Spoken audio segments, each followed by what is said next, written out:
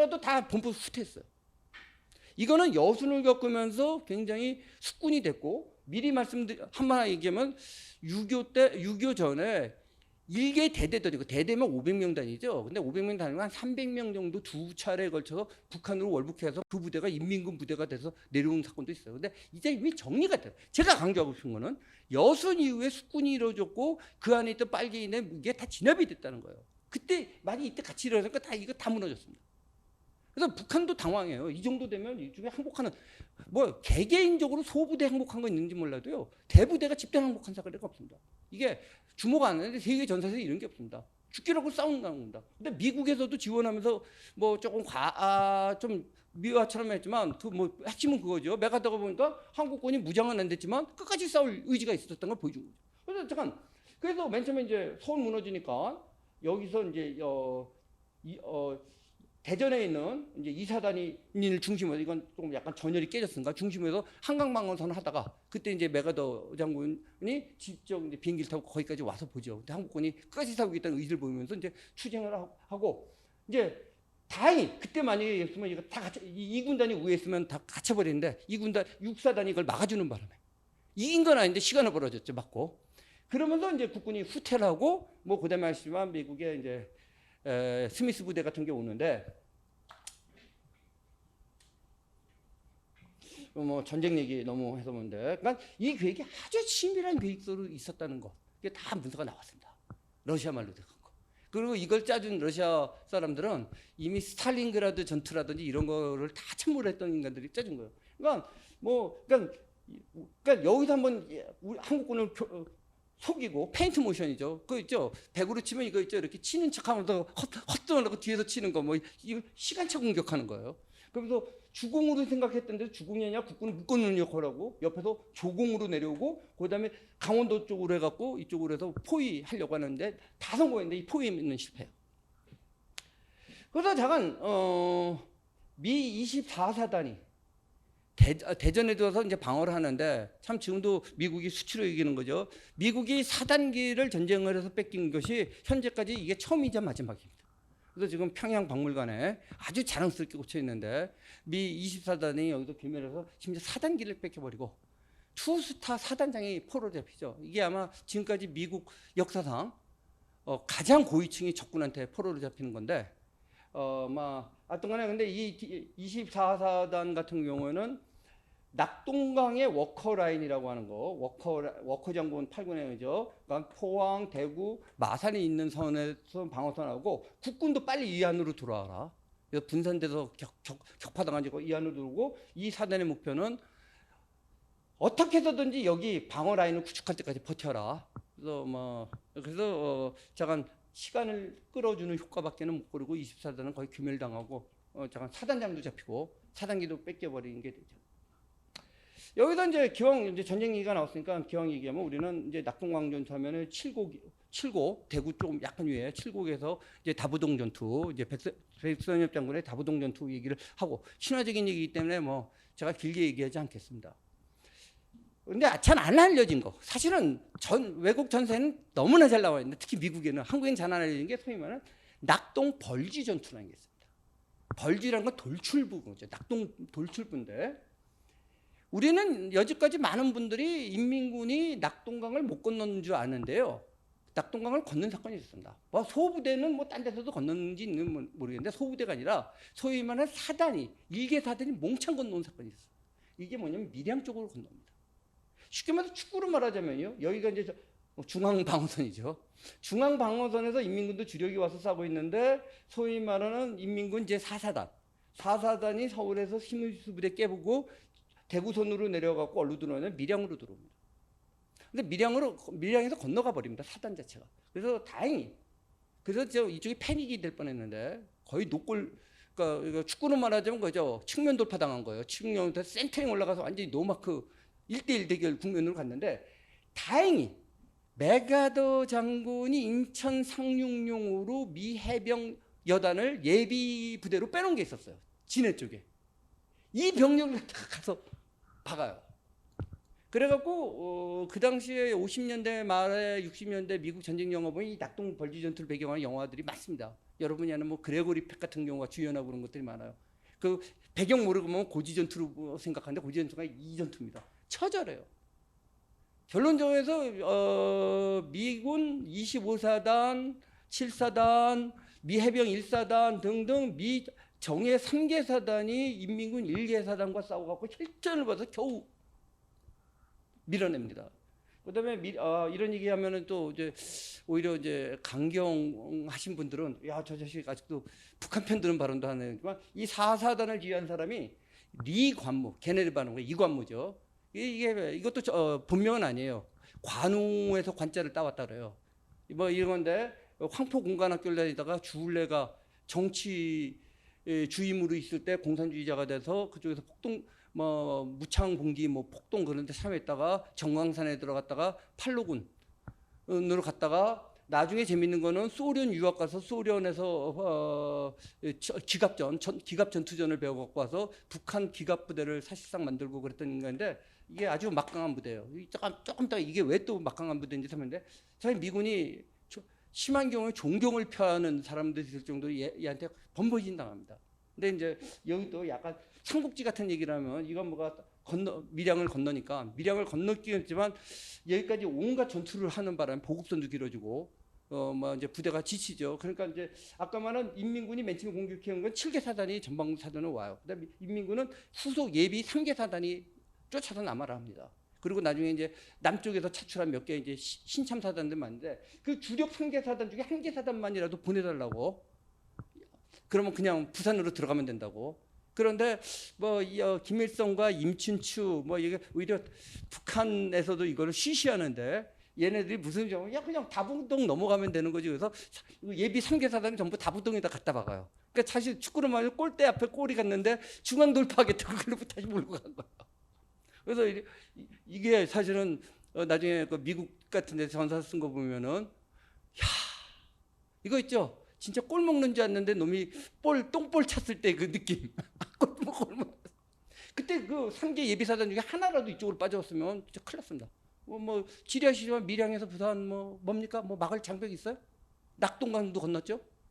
근데 이게 3개 사단 다 이제 다부동으로 빠져요. 그래서 왜 백선엽 장군이 명장이라고 하냐면 그러니까 인민군 주력 그때 또 밀양에서 버텨줄 수 있었던 게 뭐냐면 인민군 주력을 전부 다부동에서 백선엽 장군이 묶어놓은 거야 사실은. 단순히 이긴 게 아니라 그냥 온몸으로 그쪽으로 정면 돌파를 막. 그리고 이제 우리가 이제 밀고 내려왔을 때 유일한 예비사단이 3사단을 대구에다가 예비사단을 뒀는데 워커라인에서 어떻게 되냐면 그대로는 이제 원칙적으로 하면 포항에서 대구선은 한국군이 방어하고 대구에서 이 마산 진주선은 미군이 방어하게 됐어. 그래서 이 낙동 벌지 전투가 우리한테 잘 알려진 거는 이 낙동 벌지 전투는 거의 미군 전투입니다. 그때 한국군이 없기 때문에 한국군이 참여한 다부동이 더 이제 하는 거고 미군은 자꾸 이제 낙동 벌지 전투를 하는 거예요. 그래서 다부동에서 물론 미군도 있어요. 기병 1사단 물론 기병에서 말 타고 싸우는 부대가 아니라 전통이 오래된 부대이기 때문에 옛날에 그랬지만 기병 1사단하고 한국군 1사단 이런 부대들이 이제 한미 연합 작전을 대구에서 벌인 거고 이쪽은 미군 작전이고 이쪽은 한국군 작전이 됐던 거예요. 그런데 왜 이쪽을 한국군이 맞냐면은 아까 말한 24사단이 이쪽으로 붕괴되고 후퇴를 하면서 워커라인을 이쪽으로 만드는데 한국군 후퇴하던 부대들이 지금의 이쪽보다 좀 위에 영천선, 충주, 영천 뭐 이쪽 선에서 이런 전투를 합니다. 무조건 후퇴하지 않고 좀 싸우다가 후퇴하고 그러니까 시간을 벌면서 후퇴하는 거 있죠. 좀 싸우다가 후퇴하고 그러면서 여기까지 와요. 근데 문제는 아까 말한 이 5사단, 이 바다 쪽으로 오던 애들, 그 다음에 766 그 유격대 애들, 가란장원 얘네들이 이 해안선을 타고 그냥 냅다 달려와요. 포항으로. 혹시 영화 보셨는지 모르지만 포화 속으로라고 하는 영화는 물론 그 굉장히 판타지 소설처럼 판타지 영화처럼 만들었습니다만은 그 배경은 뭐냐면은 이쪽이 뚫려버리니까 마지막 한국군이 보유하고 있던 예비사단이었던 예비병력 3사단을 급파를 해서 포항 쪽을 막는데 포항 사단 앞에 연대는 전방에서 고립돼 버리고 사단 본부만 남아요. 그러니까 사단 본부, 그러니까 사단장하고 참모들만 있지 전투 병력이 별로 없어요. 그래서 인근에 있는 학도 지원병들을 갖다가 그 경비를 쓰게 해요. 그게 그 포화 속으로 나온 영화의 배경입니다. 그런데 급하니까 3, 4단은 후퇴버려요. 그러니까 누가 만나면 경비병하고 있어도 72명인가요? 뭐 하여튼 70여 명이 학도병만 남아요. 그리고 보면 그 차승원이가 아주 세련된 인민군 장교로서 인민군으로 나오죠. 그래서 야, 참 인민군은 멋있고 국군은 참 형편없게 그랬는데, 여기서 놀라운 사실은 차승원이가 그대로 아니지만 차승원이의 모델이 된 인민군 장교는 인민군 아까 5사단의 정규군이 아니라 766 여단, 즉 남쪽 빨치산 출신이에요. 그러니까 남노당 하던 놈이 북한에서 유격 훈련 받아갖고 와갖고 그 당시에 아마 중장과 대자 계급을 달고 우리 중령 대령전하고 온 거예요. 그 차승원 역할을 맡은 게. 근데 이제 포항에서 그래서 아주 처절한. 그다음에 포항을 막을 수 없으니까 이제 부산에서 피난민들 중에 경찰, 자가 서북 청년단, 기타 등등 총 들고 있는 사람들은 다 포항으로 가서 싸웁니다. 포항에서 아주 처절한 전투가 벌어져요. 여기는 진짜 정규군도 아니고, 그래서 인민군이 되게 쉽게 생각을 했는데 여기서 막죠. 잠깐 어쨌든 이런 일이 벌어집니다. 자, 뭐 옛날 얘기 군대 얘기를 지금 길게 했는데요. 군대 얘기를 한 이유가 뭐냐면은요, 이념의 문제를 다시 생각해봐야 되는 게, 단순히 우리 민족끼리다, 우리 내전이다 이러면 이렇게 싸울 이유가 하나도 없었습니다. 낙동강에서 항복했으면 돼요. 근데 싸운 거예요. 왜 싸웠죠? 그래서 우리는 근데 자꾸 동족상전이라만 가르쳐요. 동족상전의 비극 맞아요. 틀렸다는 건 아닌데 그것만으로 의미를 축소시키면 싸울 필요가 없어요. 그러면 동족상전 안 하면 되잖아. 항복하면 되잖아. 거기서 아까 대한민국의 문제가 곧바로 연결되는 거예요. 이게 별도로 놓으면 안 돼. 그냥 우리는 같은 당군의 자손이다 그러면 이건 미친 짓이에요. 그게 아니라 이 관점을 가져요. 우리는 조선민주주의인민공화국은 정말 싫다. 차라리 거기 살 바엔 죽겠다. 우리는 자유의 공화국 대한민국, 이걸 수호하겠다고 생각했을 때 싸울 수 있는 거예요. 그래서 사실은 솔직히 말하면은 이때 보면은 포항전투에 투입된 지원해 갖고 나간 사람들의 상당수가 일부 통계마다 조금 차이있지만 70% 정도가 이북 출신입니다. 이북에서 피난 내려온, 그다음에 제가 특정 종교에 대해서 말하자면 이북에서 내려온 피난민 내지는 기독교인입니다. 왜냐? 일반 농민들은 사실 또 아직까지 대한민국의 의식이 좀 적었어요. 사실 이때. 이 사람들 보니까 북한에서 이제 구호받고 내려왔는데 국밥이 아니라 피밥 여기까지 밀리니까 이제 여기서 그냥 죽자. 근데 포항전투 같은 경우 이제 하는 게 아까 말한 766이 아니라 이제 인민군 정규 5사단이 내려오면서 이제 작전을 하는데, 이게 보통 대대 단위가 깨지면 군대랑 전쟁이라는 게 지휘 명령 지휘 계통이 무너지는 겁니다. 각자 도생하면 깨지는데, 이게 명령 지휘 계통이 존재하지 않는데 심지어는 혼자 많으면 3명 정도가 끝까지 땅 파고선 수류탄과 소총으로 저항하는 거예요. 그래서 인민군들도 놀라는 얘기가 납니다. 그게 왜냐면 그냥 죽자 여기서. 거기서 시간을 약 3일을 벌어줍니다. 근데 전쟁터에서 3일은요 정말 이게 진짜 중요할 때 어마어마하게 이긴 겁니다. 그래서 후방에 후퇴했던 3, 4단이 재정비하고 나머지 병력 재정비하고 다시 밀어붙이고, 일본에서 막강한 B-19가 와서 그냥 초토화를 시키면서 다시 밀어서 포항을 다시 재탄하랍니다. 자, 시간이 오늘은 좀 거꾸로 모자르는 분위기로 가네요. 자, 얘기를 다시 보겠습니다.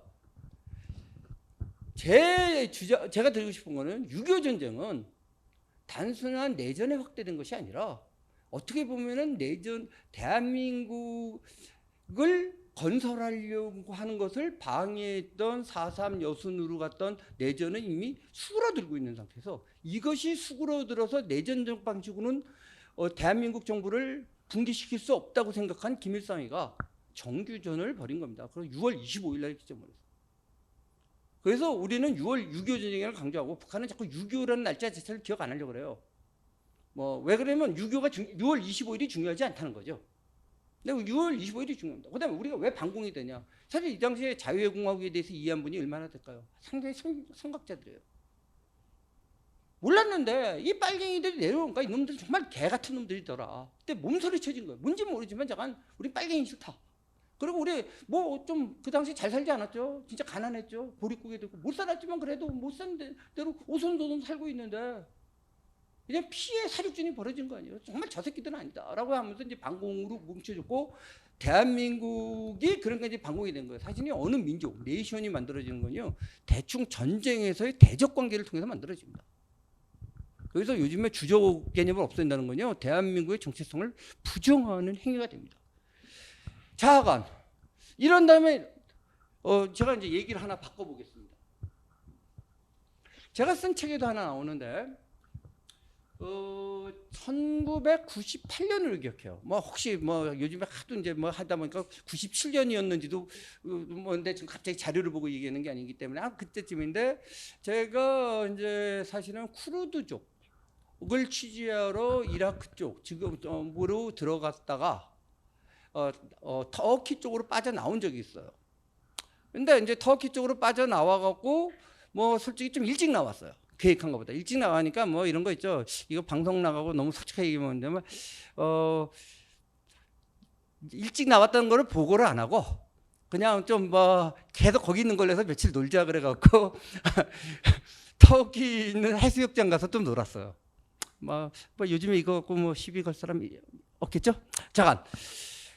그래서 좀 뭐 당시 보면 터키 해수욕장에 보면은 뭐 러시아 관광객들이 많이 왔어요. 뭐 그 왜 그러냐면 러시아 자체가 정비가 안 되고, 요즘 좀 달라졌지만 그 당시에 러시아 사람들이 따뜻한 남쪽 바다 햇볕에 대한 절망이 있기 때문에 별로 부자가 아니더라도 그냥 돈을 모아서 그냥 뭐 터키로 그냥 물밑듯이 모여서 터키가 알고 러시아인들한테 그 단기 관광 비자를 급하게 찍어주고 그래서 많이 왔어요. 그러니까 뭐 해변가에 완전히 러시아 애들이에요.